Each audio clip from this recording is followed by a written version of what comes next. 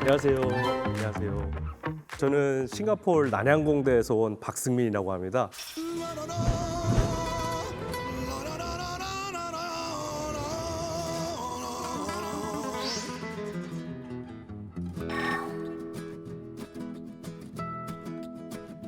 Yo sé, se terminó nuestro amor. 근데 첫 번째로 두 분께 좀 질문 드리고 싶은 게 있어요. 네네네. 오늘 화장실에서 변기에 몇 번 앉으셨나요? 너무 만나자마자 아닙니까? 저 질문 있어요. 네.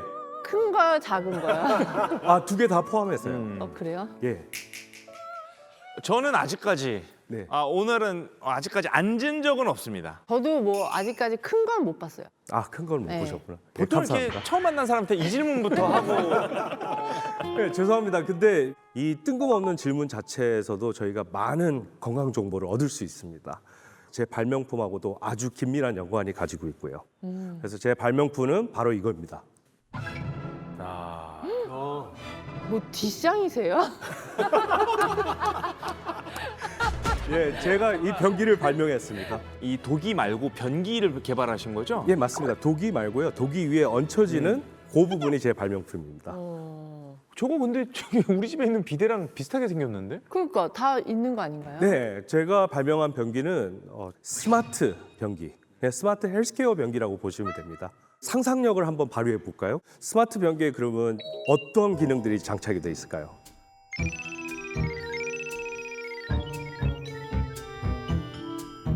기계에서 이렇게 뭐가 나와가지고 닦아주나요? 뭐 어떻게 뭐 무슨 기능이 있는 거예요? 센서로 항문 온도를 체크하는 거야. 아, 이 사람은 항문이 뜨겁구나 하면 찬물로 식혀주고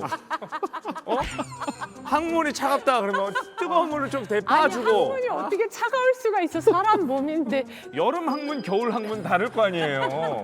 그런 것들은 어떻게 보면 개인 맞춤형 비데라고 보시면 될 것 같고요. 스마트 헬스케어 변기는 조금 달라요.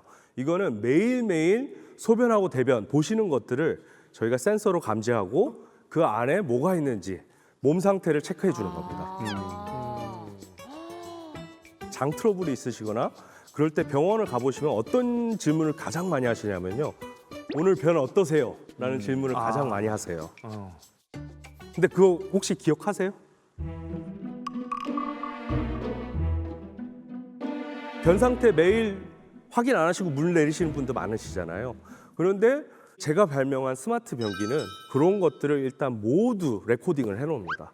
그래서 매일 얼마나 넣었는지, 어떤 모양이었는지, 혹시 다른 색깔의 물체들이 검출이 되진 않았는지, 특히 이제 혈변 같은 경우가 굉장히 중요한 케이스가 될 수 있거든요. 그래서 한마디로 저희 같은 경우는 변 다이어리, 스툴 다이어리를 디지털화해서 만들어 드리는 겁니다. 그래서 이게 별거 아닌 것 같지만 이 안에 그 건강 정보들을 계속 모아놓는 거예요. 이 스마트워치에도 비슷한 기능이 있어요.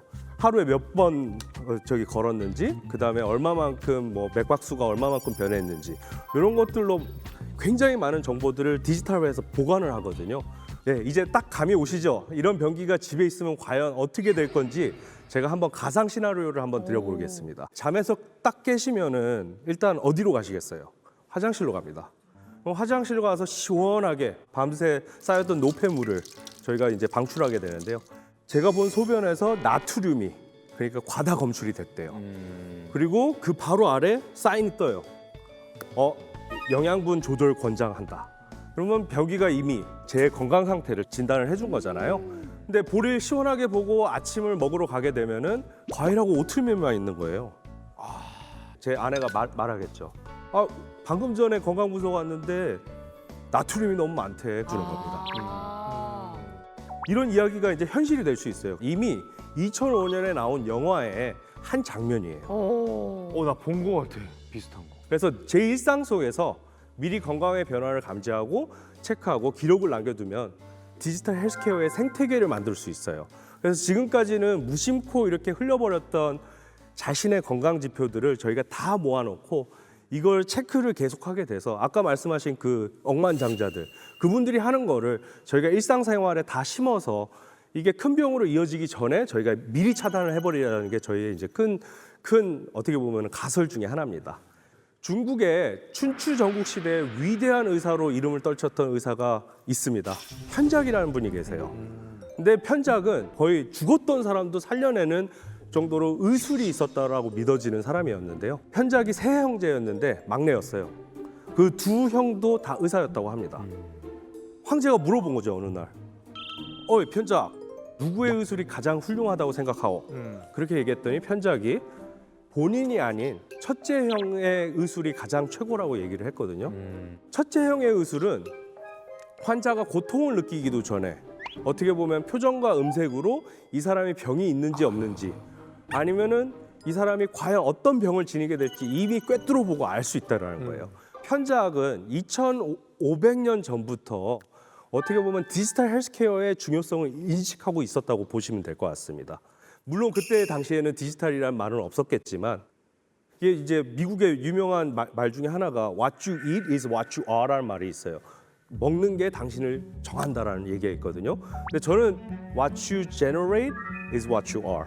그러니까 뭔가를 생성하면 그것도 당신이다. 그러니까 결국에는 매일 화장실에서 일어나는 일도 어떻게 보면은 건강 상태에 대해서 엄청나게 중요한 일이라고 보고 있습니다. 오늘 이렇게 판을 좀 깔아주셨으니까 변기에 대해 그리고 디지털 헬스케어에 대해서 제가 한번 속 시원하게 얘기 좀 나눠보면 좋겠습니다. 아, 예.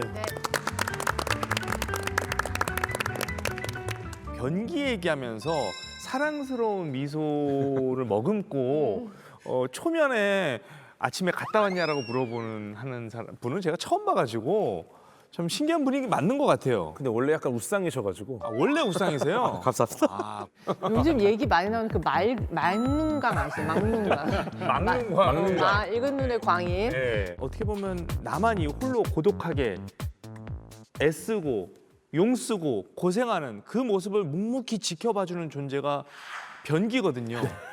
근데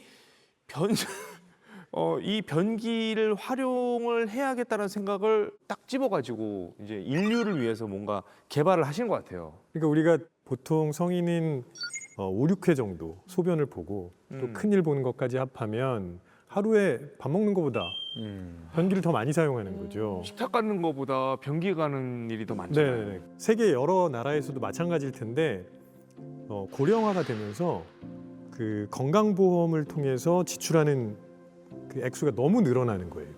그러니까 이런 디지털 헬스케어를 통해서 미리 예방하는 게 점점 중요해지고 있는 거죠. 그래서 그 정책도 그쪽으로 계속 바뀌고 있거든요. 사실 어제 아침에 싱가포르에서 입국을 했거든요. 그 변기를 아예 싸가지고 들고 입국을 했군요. 예. 변기를 들고 입국을 하셨다고요? 예, 맞습니다. 변기를 들고 왔습니다. 여기서 핸드캐리 보여드리죠. 하신 거예요? 네, 맞습니다. 자주 들고 오세요. 그건 세관에 안 걸려요? 열어보더니 정말 이상한 눈으로 저를 쳐다봤어요.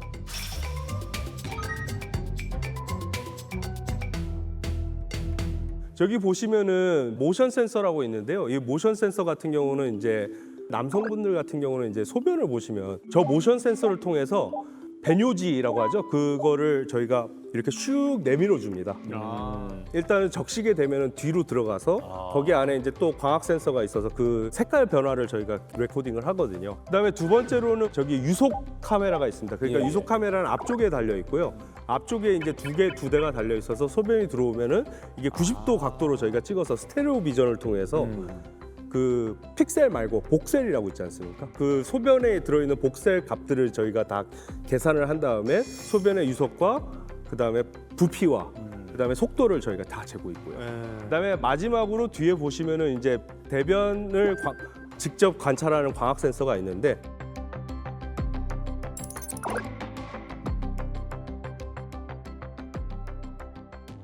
저기에 착좌 센서도 같이 있거든요. 착좌 센서는 뭐냐면은 이제 앉게 되시면 몸무게 때문에 이렇게 눌리게 되면 바로 저희 카메라가 아래에 이제 모든 배변 활동을 저희가 기록을 하고 있어요. 0.5초마다. 그래서 거기에 나오는 거를 저희가 클라우드 시스템에 다 전송을 하게 돼서 거기서 분석을 하고 있습니다. 그러면 제가 한번 앉아보겠습니다. 네, 바로 불이 들어오죠.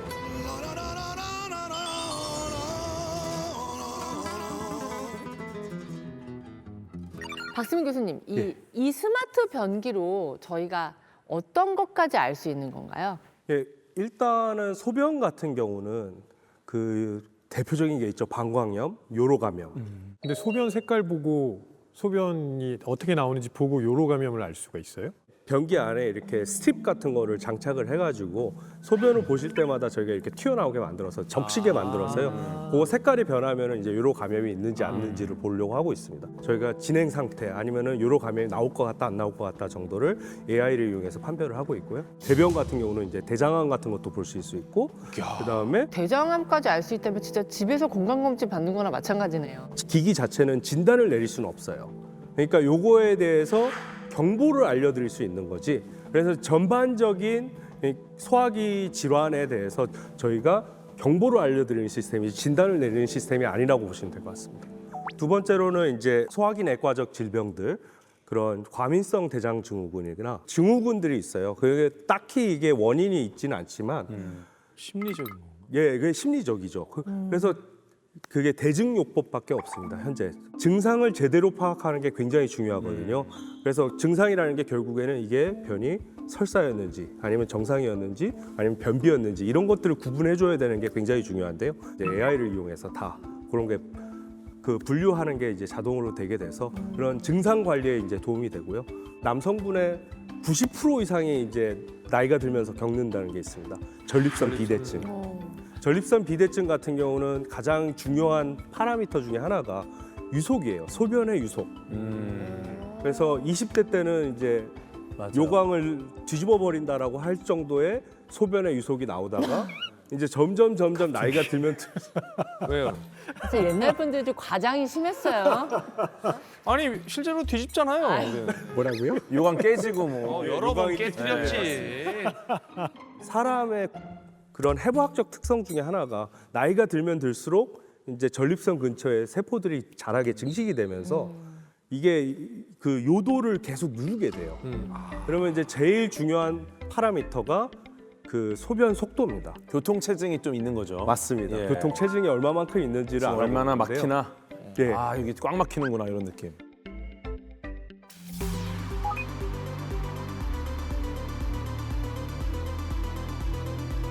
정밀 건강은 거기에서 또 한 발자국 더 나갑니다. 아, 그럼 왜 사람을 아프게 놔두지라는 것부터 저희가 질문을 시작을 해요.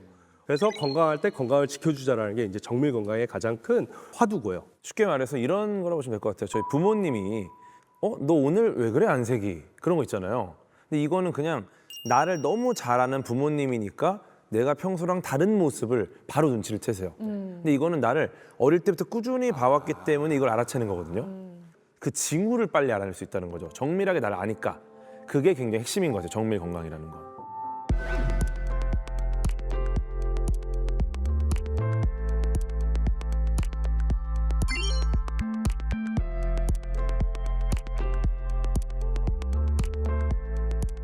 아 그러면 저는 이게 같은 개념인지 모르겠는데 저는 어렸을 때 애들 기저귀 갈아주면서 애들 매일같이 변을 봤을 거 아니에요. 네.